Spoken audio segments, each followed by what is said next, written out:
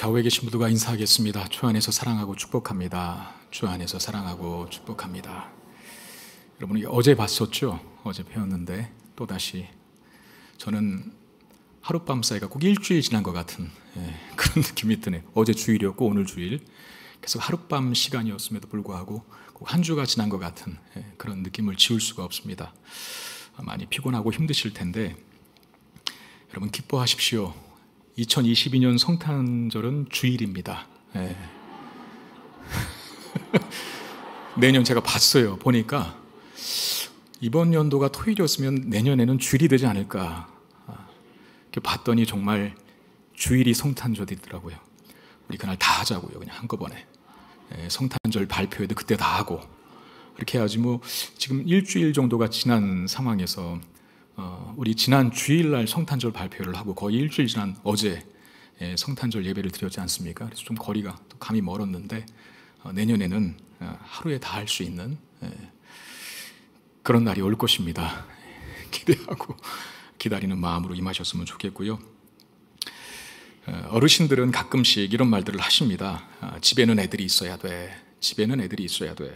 그런 말씀들을 하시는데 뭐 아주 시끌벅적하게 떠들든 아니면 뭐 듣기 싫은 소리로 울어대든 간에 아이들이 있어야 좀 사람 사는 그런 느낌들이 있지 않습니까? 그리고 그런 아이를 보면 우리가 이제 다 컸으니까 그리고 뭐가 돼 있으니까 우리를 보면서 뭐 어떤 큰 기대와 소망을 가지지는 않을 텐데 아이들은 특별히 아기들은 이제 자라가는 과정 속에 있으니까 그 아기를 보면 또 그 아이를 보면 제가 뭐가 될까 뭐 천 가지 만 가지 어떤 잠재적인 가능성을 가지고 있기 때문에 삶에 또 기대감이 생기고 소망이 생기고 그래서 활력소가 되지 않습니까?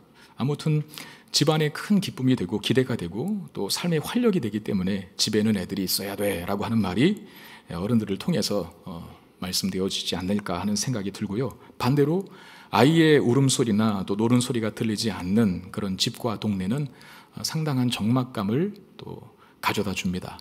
우리가 코로나 이전에 아이들이 얼마나 많이 예배 시간대마다 이렇게 북적북적 웅성웅성 됐습니까? 한편으로는 예배 끝나면 저기 본당 문을 지나서 성도님들이 나가셔야 되는데 아이들이 그 앞에서 엄마 아빠 찾는다고 그냥 문 막고 있다 보니까 약간 또 거추장스럽기도 하고 귀찮기도 했는데 코로나 이후 이제 아이들이 텅 빈 아이들이 없는 예배당 공간에서 우리끼리만 예배를 드리다 보니까 그때 우리 아이들이 얼마나 소중했던가. 교회는 적막감이 아니라 좀 시끌벅적해야죠. 그렇지 않습니까? 저희 교회가 장점이 큰 것 같아요. 평일에도 그렇고 토요일은 또 말할 것도 없고 주일은 더하고 이렇게 사람들이 많이 모이고 이 건물들을 잘 활용하는 그 모습들이 정말 교회가 참 살아있다라고 하는 그런 느낌을 갖게 한다는 거죠. 오늘 본문에도 한 아기의 출생을 이야기하는 것으로 그 내용이 구성되어 있는데 그 아기는 우리가 아시는 대로 세례 요한입니다. 이 요한의 출생은 이웃들과 친척들에게 아주 큰 기쁨의 이유가 되고 있습니다. 왜냐하면 특별히 요한의 부모인 사가랴와 엘리사벳 부부는 불임 부부였죠. 그리고 노년에 처음 갖게 된 아들이었기 때문에 친족과 이웃들이 함께 나와서 그 어느 때보다도 그 누구보다도 더 축하해주고 기뻐해주고 또 즐거워해주고 있었다는 겁니다. 이스라엘 사람들은 아이를 낳으면 율법에 따라서 뭐 합니까? 할례를 행하죠. 난지 며칠 만에 8일이 지나면 할례를 행합니다. 8일째 되는 날에 그 할례를 행하는 그때 그 아이의 이름도 함께 지어주는 관례가 있었는데요. 사가랴와 엘리사벳도 이 태어난 아이에게 할례를 행하고 이름을 짓는데 이 아기의 이름을 두고 요한의 어머니인 엘리사벳과 그리고 친족들 간의 설전이 이어집니다. 왜냐하면 엘리사벳은 이 아이의 이름을 요한이라, 세례 요한, 그러니까 요한이라 짓자라고 하고 친족들은 아버지의 이름을 따라 사가랴라고 지어야 한다라고 이렇게 주장을 하죠. 이 두 그룹 간에 설전이 벌어진 거죠.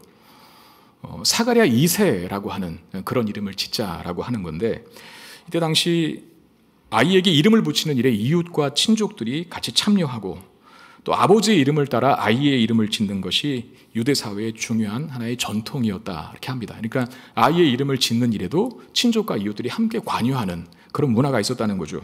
그러니까 관습과 문화대로 한다면 이 아이는 1순위로 조부의 이름이나 아니면 또 부친 또는 마땅한 이름이 없을 때에는 친족들의 이름을 사용할 수 있었다는 겁니다. 특별히 이제 조부든 또 부친이든 또 친족들이든 그 사람이 정말 잘 살았던 사람, 명망이 있었던 그 사람의 이름을 그 아이의 이름으로 짓는 일들이 많았다는 거죠. 그 명망 높은 이름으로 1순위, 2순위, 3순위가 매겨지는 것인데 저도 장명을 해봤습니다. 제 두 자녀를 제가 직접 이름을 지었고요. 그리고 아는 성도님의 정말 어렵게 얻은 의학적인 도움을 받아서 어렵게 얻은 자녀 이름도 제가 지었습니다. 그리고 상가 이름도 지어본 경험이 있습니다. 저희 교회 건물이 아니죠.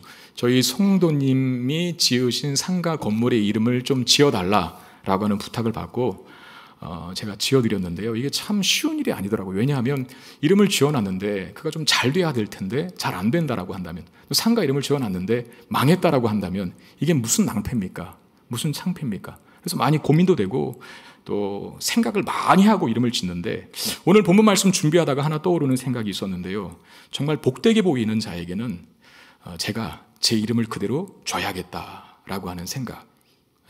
여러분 어떠세요?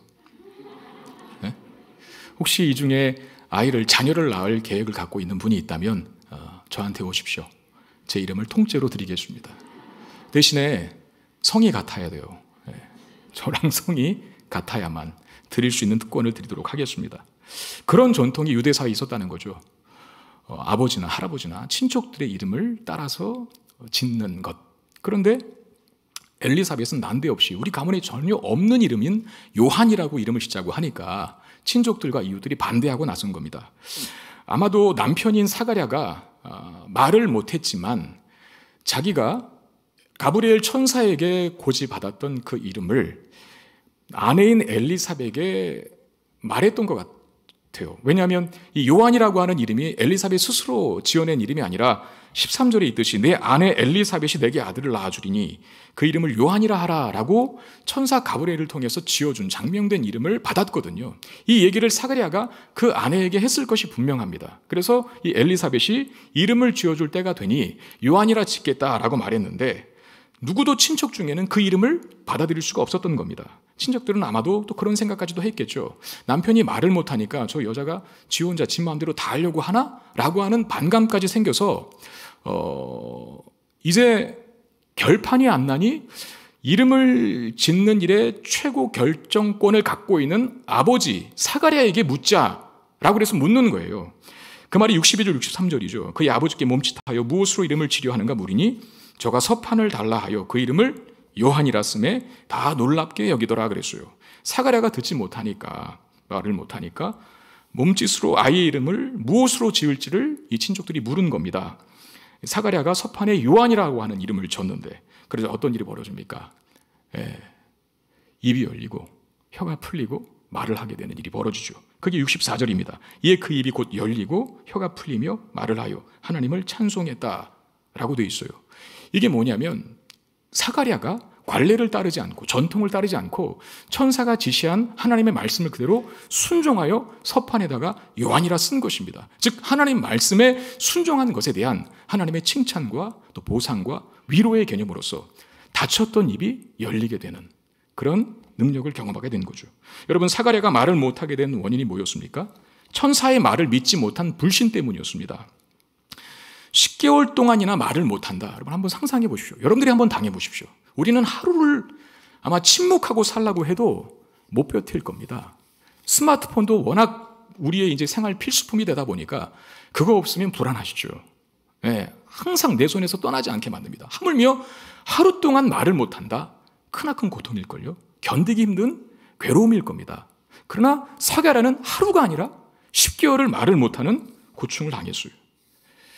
근데 이제 약 10개월의 침묵의 시간 동안에 사가랴가 하나님 말씀과 그 약속의 성취를 신뢰하는 자로 바뀌게 된 거예요. 불신앙 때문에 입이 닫히는 벌을 받았는데 전통과 관례를 따지 아니하고 내 자녀 이름을 요한이라고 딱 결정짓는 그 순간에 이 사가랴가 바뀐 거죠. 관례와 전통과 문화와 습관을 따르는 자에서 하나님 말씀을 따르는 자로, 하나님 말씀의 삶의 우선순위를 두고 살아가는 자로 바뀌게 되는 것. 그게 바로 순종하게 된 이유였습니다.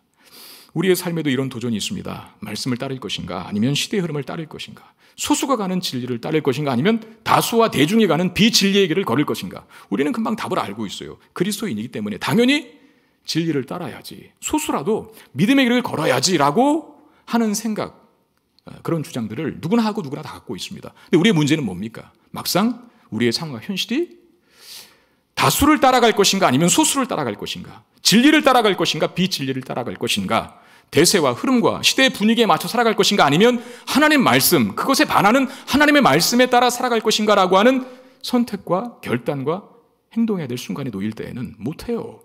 그렇게.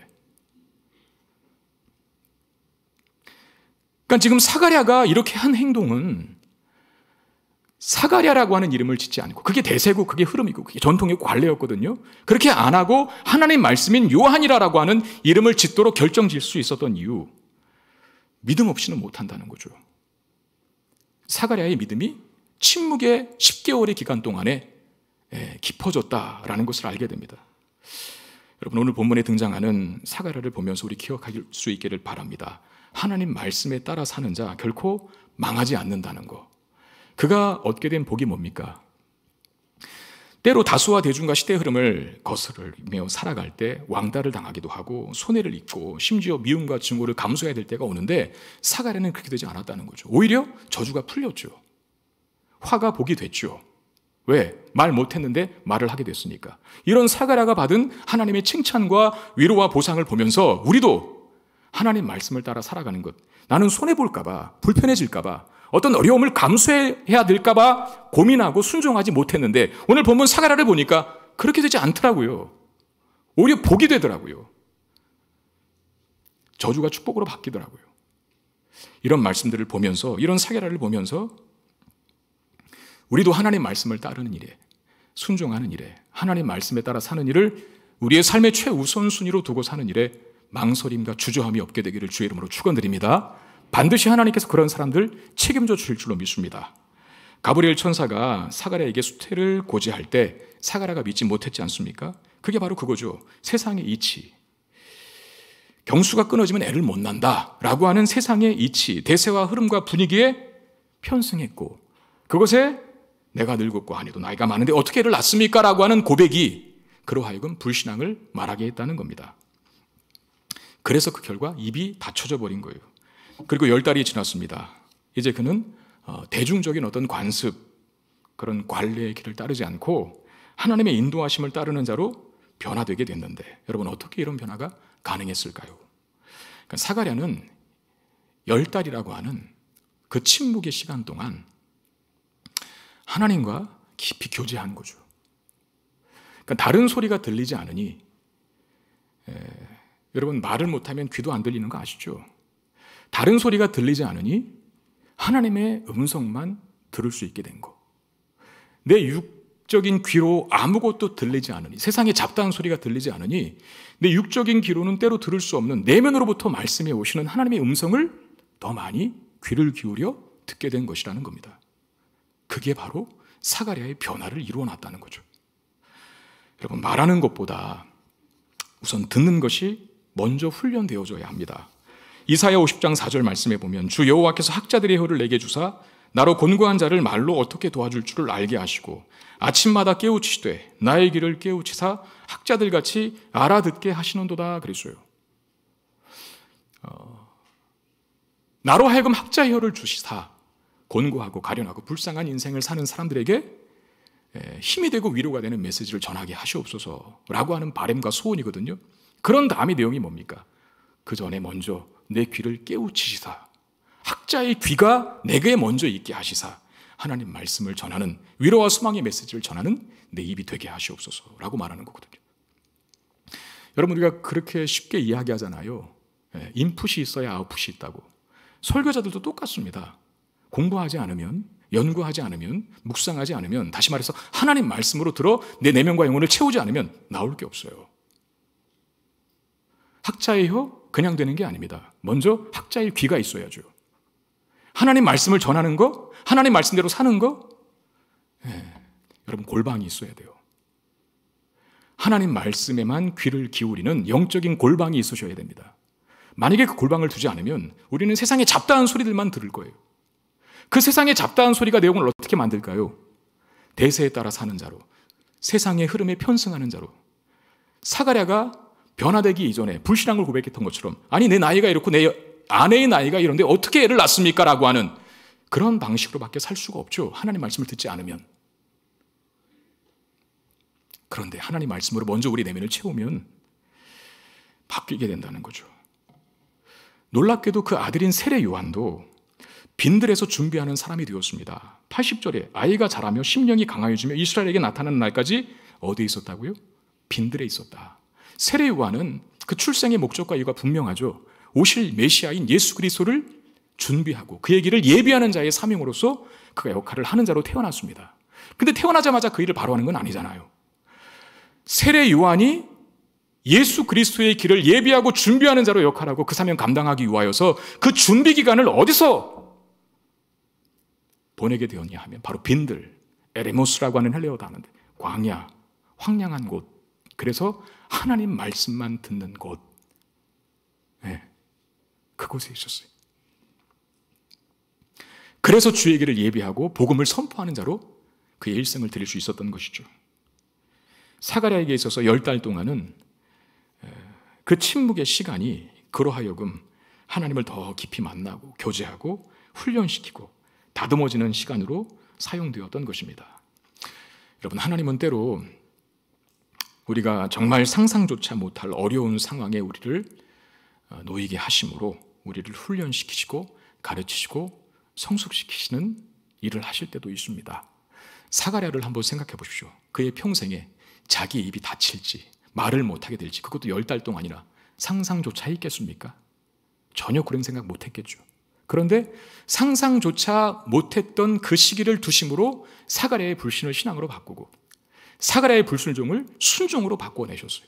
우리도 마찬가지입니다. 때로 날버력처럼 내 건강에 갑자기 이상이 생기는 상황에 맞닥뜨리기도 하고 철석같이 믿었던 어떤 사람에게 그야말로 사기를 당하기도 하고 온갖 억울한 일을 갑작스럽게 당하는 일을 겪게 될 때가 있습니다. 심지어 사랑하는 사람을 평생 나와 함께하고 한 번도 저 사람이 내 곁에 없을 것이라고 하는 생각을 하지 않았었는데 어느 순간 갑자기 그 사랑하는 사람을 잃게 되는 일도 정말 말하기 싫지만 상상하기도 싫지만 그런 일이 당할 때도 그런 일이 우리에게 경험될 때도 있다는 거예요.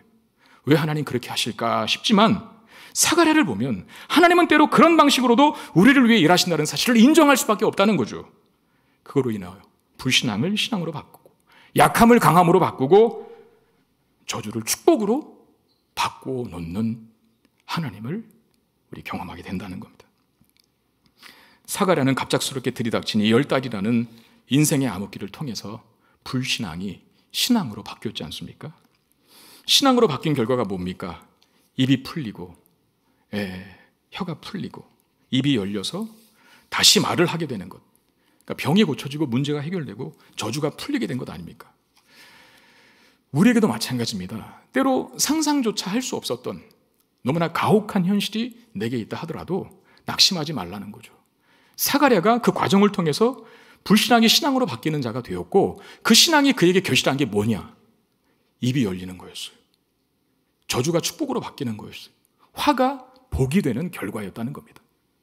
때로 지금 우리의 현실 속에 코로나라고 하는 우리의 교회적, 우리의 개인적 현실과 상황이 우리가 정말 상상조차 할 수 없었던, 여러분 코로나가 이렇게 오래 갈 줄 누가 알았습니까? 내 일생에 이런 전염병 때문에 자가격리를 해야 되고 거리두기를 해야 되고 마음대로 식당을 이용하지 못하게 되고 심지어 예배의 현장에 나오지 못하게 되는 일이 일어날 것이라고 누가 상상을 했습니까? 근데 우리 그걸 경험하고 있잖아요. 그럴 때 어떻게 반응해야 하냐 말이죠. 지난주 12월 14일자에 발행된 저희 교단지인 기독신문이라고 하는 신문인데요. 거기 이런 기사가 실렸어요. 2년 가까이 지난한 싸움을 이어가고 있는 코로나19 사태로 신앙생활에도 많은 제약이 따랐다. 이러한 어려움을 버티지 못하고 최근 1년 사이 기독교인 10명 중 1명은 교회를 떠난 것으로 나타났다. 10명 중 1명이라 작게 보이시죠? 다시 말씀드릴게요. 100명 중 10명이 떠났고요. 1000명 중 100명이 떠난 거예요. 10,000명 중 1000명이 교회 떠났습니다.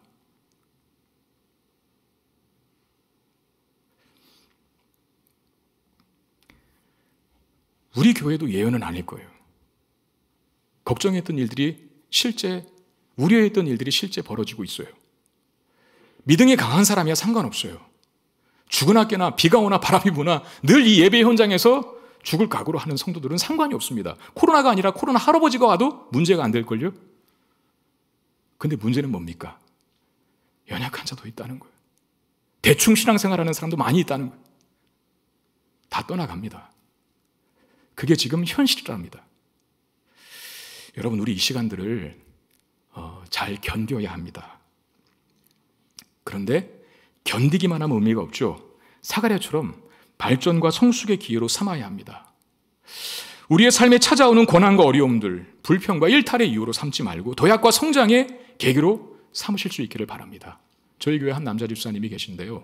이 코로나 상황에도 어쩔 수 없이 하는 일이 그것이라 해외를 자주 왔다 갔다 하셔야 돼요. 근데 가면 2주 자가격리하고 또 돌아와서 2주 자가격리하고 4주를 제가 볼 때 한 달에 한 번인가 2달에 한 번은 지금 최근에 너무 자주 나가시는 것 같아요. 그럼 그 시간 낭비, 돈 낭비, 그 격리 비용도 다 스스로 부담해야 한답니다. 그분의 입술에 찬송이 나올까요? 감사가 나올까요? 놀랍게도 그분이 이런 고백을 해요. 격리 기간 동안 목사님 더 많이 기도하게 됐고 이제껏 읽어보지 않은 성경을 더 많이 읽게 됐고 많은 설교들을 들으면서 하나님과의 풍성하고 친밀한 교제를 누리고 있습니다. 오히려 그 격리 기간을 통해서 내 영혼이 더 풍성해져 갖고 돌아옵니다 라고 고백하시더라고요. 바로 이거죠. 이거. 힘든 시간에 교회를 떠나버리는 사람이 있고 그 힘든 시간에 영혼이 더 풍성해지는 사람이 있다는 거예요. 사가랴는 풍성해졌습니다. 침묵이라고 하는 말을 못하게 되는 경우는 그의 인생에 상상조차 못할 고난 아니었습니까? 근데 그 고난 때문에 무너진 인생이 아니라 극복하고 견뎌서 하나님 말씀에 순종하는 자로 바뀌었고 순종했더니 복을 받는데 그 입이 열리고 혀가 풀려 말을 하게 되는, 문제가 해결되고 질병이 고쳐지고 수치가 떠나가는 그 놀라운 능력을 경험했다는 거죠. 우리도 그렇게 돼야 한다는 겁니다. 우리도. 사가랴가 말을 못하게 되었다는 것, 자신에게 불행한 일일 수 있지만 그는 그 시간에 아무것도 듣지 않고 아무 말도 하지 않아 하나님께 더 집중할 수 있었습니다. 그래서 고난과 어려움의 시기를 개인의 신앙의 도약과 성장의 발판으로 삼은 것이죠. 그랬더니 그 고난이 끝날 때가 있더라는 겁니다. 다시 말을 하게도 또 다시 듣게 될 날이 오게 된다는 것. 그뿐 아닙니다. 하나님은 더 깊어진 신앙이라고 하는 그 그릇에, 영적인 우리의 내면의 그릇에 더 큰 축복과 은혜로 채워주실 줄 믿습니다. 고난과 어려움의 시기에 하나님께 더 바짝 달라붙어 있게 되기를 바랍니다. 성장과 성숙의 기회가 되게 해야지 타락과 무너짐과 일탈의 기회가 되게 해서는 안 돼요. 10명 중 1명에, 교회를 떠나버린 10명 중 1명에 여러분 이름이 올라가지 않게 되기를 주의 이름으로 축원드립니다. 사가랴의 이름에 여러분들이 올라가야죠. 고난을 통해서 또 강해지는 인생, 복받는 인생, 문제가 해결되는 인생. 여러분, 고난은 동굴이 아니라 그랬어요. 동굴은 하염없습니다. 빛이 없어요. 고난은 터널이라 그랬습니다. 그 빛을 보고 가면 반드시 빛을 볼 날이 오게 될 줄 믿습니다.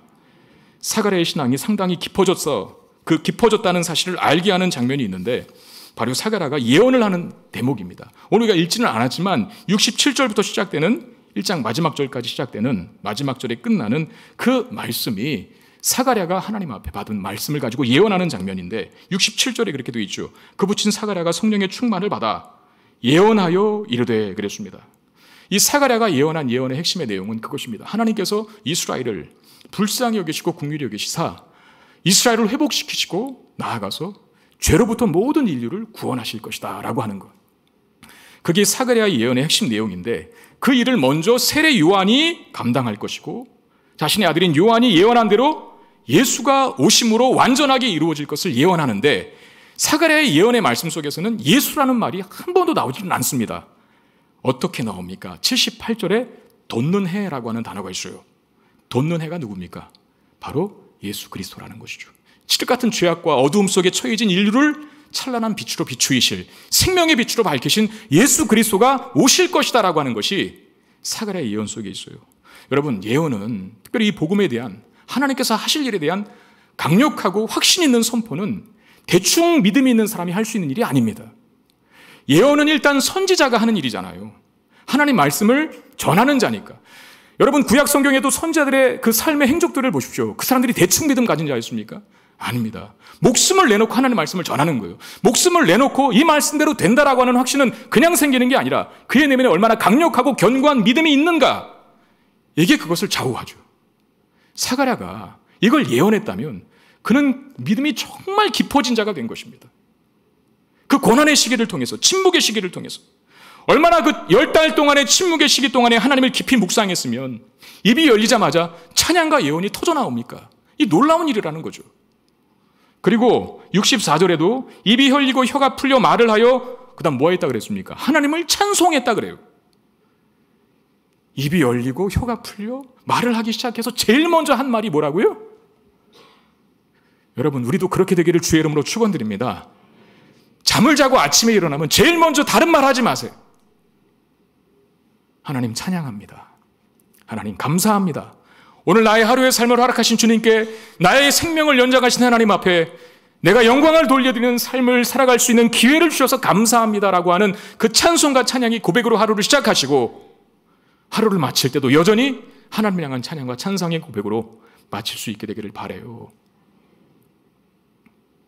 입이 열리고 혀가 풀려 말을 하게 되었다는 것, 사가랴가 받은 축복 때문에 그는 하나님을 찬양했어요.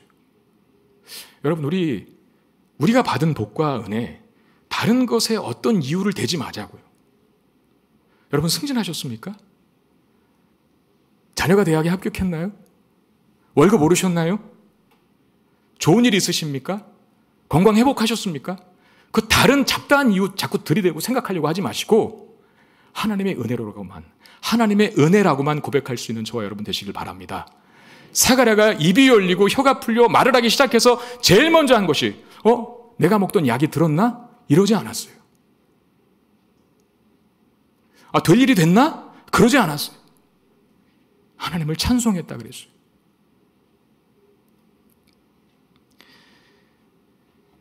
위기를 극복한 후에, 문제가 해결된 후에 다른 이유 되지 않고 하나님의 은혜로 인한 것이라고 하나님께 감사하고 하나님을 찬양하는 복된 있음을 되기를 주의 이름으로 축원드립니다.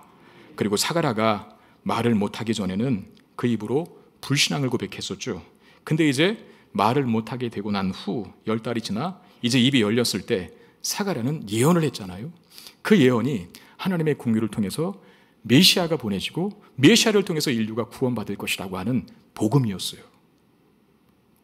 이 도약을 보셔야 합니다. 우리도 마찬가지.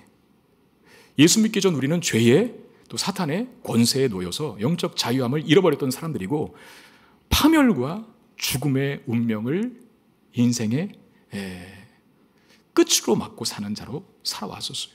그런데 우리가 예수 그리스도의 은혜로 생명을 얻고 구원받게 되었습니다. 그러면 우리도 이제 우리의 모든 삶이 내가 예수 믿기 이전과 이후가 절대 같아서는 안 됩니다. 사가랴는 입이 달라졌잖아요. 불신앙을 고백했던 입에서 은혜를 경험하고 입이 열리니까 복음을 전하는 입으로 바뀌었다는 것. 우리도 마찬가지입니다. 구원과 회복을 경험한 우리는 이제 평범하게 사는 사람들이 아닙니다.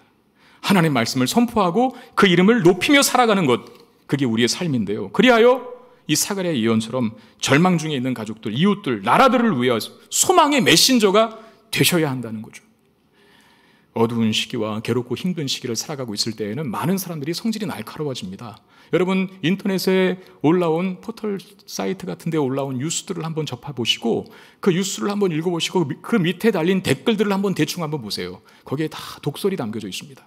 비난하고 정죄하고 책임 전가하고 다 잘났어요. 다 하나님이에요, 스스로가. 그러면서 남을 비판하고 정죄하는 일에 모든 댓글들이 다 도배가 되어 있습니다. 그런 세상, 그런 시대를 지금 우리가 살고 있어요. 우리도 똑같이 비난하고 정죄하고 부정하고 책임 전가하고 하는 말로 일관하는 삶을 살아야겠습니까? 그렇지 않습니다. 우리는 그 시대 속에 살아도 사가랴처럼 긍휼이 풍성하신 하나님께서 반드시 우리를 도우실 것이라고, 약속을 기억하시고 그 약속을 확실히 성취하실 것이라고 말하고 선포하며 소망의 메신저가 되어야 하는 그 역할, 우리가 감당해야 한다는 겁니다.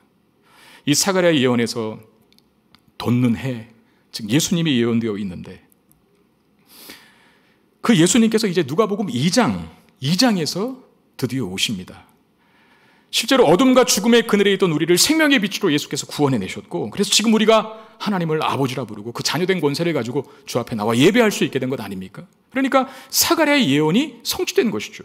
그리고 이제 우리에게는 다시 오실 예수가 있습니다. 그분이 다시 오시는 날에는 더 이상 아픔과 슬픔과 고통과 괴로움과 걱정과 눈물과 한숨과 탄식이 없는 그 완전한 하나님 나라에서 온전한 회복과 구원을 누리게 될 것입니다. 이 기대와 믿음을 가지고 있다면 우리의 입술에도 감사와 찬양이, 그리고 복음이 가득 넘쳐나게 되어야 합니다. 사가랴가 예언, 즉 복음을 전한 그 입술의 열매를 그의 삶 속에서 경험하고 누렸던 것처럼 우리도 우리의 입술의 고백을 우리의 삶의 열매로 거둘 수 있게 되기를 주의 이름으로 축원드립니다. 불신이 아닌 신앙으로, 부정적인 말이 아닌 믿음의 긍정적인 말로, 절망과 낙심의 발언이 아닌 소망과 회복과 희망의 말로 우리의 입술이 사용되어서 그렇게 말한 그 입술의 고백대로 놀라운 풍성한 열매를 거두는 복된 삶을 살아가는 우리 모두가 되기를 주의 이름으로 축원드립니다. 우리 말씀 기억하며 함께 찬양하기를 원합니다. 두려워 말라 너와 함께함이니.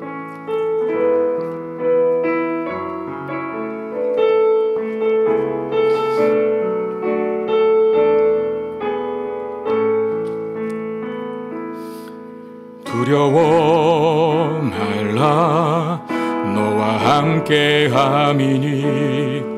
놀라지 말라 나는 내 하나님 됨이니. 무서워 말라 내가 널 도와주리니. 너는 마음에 염려치. 두려워 말라 두려워 말라 너와 함께함이니. 놀라지 말라 나는 내 하나님 됨이니. 무서워 말라 내가 널 도와주리니. 너는 마음에 염려치 말라. 내가 너를 굳세게 하리라. 내 손으로 너를 꼭 붙잡아 주리라. 내가 너를 의롭게 함이니. 너는 마음에 염려치. 나는 너의 하나님이라. 나는 너의 하나님이라. 하늘을 지은 창조주라. 땅의 소산을 베푸는 자. 나는 여호와니라. 나의 의로 부름받은 자. 나의 찬송을 부르는 자. 너는 두려워 말라. 내가 너를 굳세게 하리라. 내 손으로 너를 꼭 붙잡아 주리라. 내가 너를 의롭게 함이니. 너는 마음에. 다시 한번 찬양합시다. 내가 너를 굳세게 하리라. 아멘. 내가 너를 굳세게 내 손으로 너를 꼭 붙잡아 주리라. 아멘. 내가 너를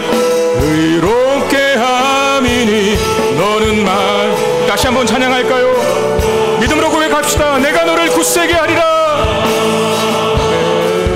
내가 너를 굳세게 하리라. 내 손으로 너를 또 붙잡아 주리라. 내가 너를 이롭게 하리니 너는 마음에 염려치 말라.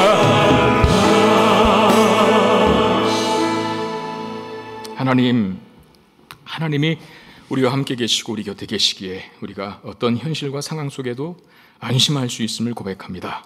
불안과 두려움과 불신앙으로 반응하지 않고 모든 상황을 우리 곁에서 우리를 도우시는 하나님 때문에 넉넉히 이기는 자로 살아갈 수 있게 하여 주시옵소서. 신앙으로 방언하는 자, 믿음으로 하나님의 손을 굳세게 붙드는 자에게 주시는 복과 기적과 능력을 경험하며 사는, 입술의 선한 고백대로 그 열매를 누리며 사는 우리 모두가 되게 해 주시옵소서. 우리 주 예수 그리스도의 이름으로 간절히 기도드리옵나이다. 아멘.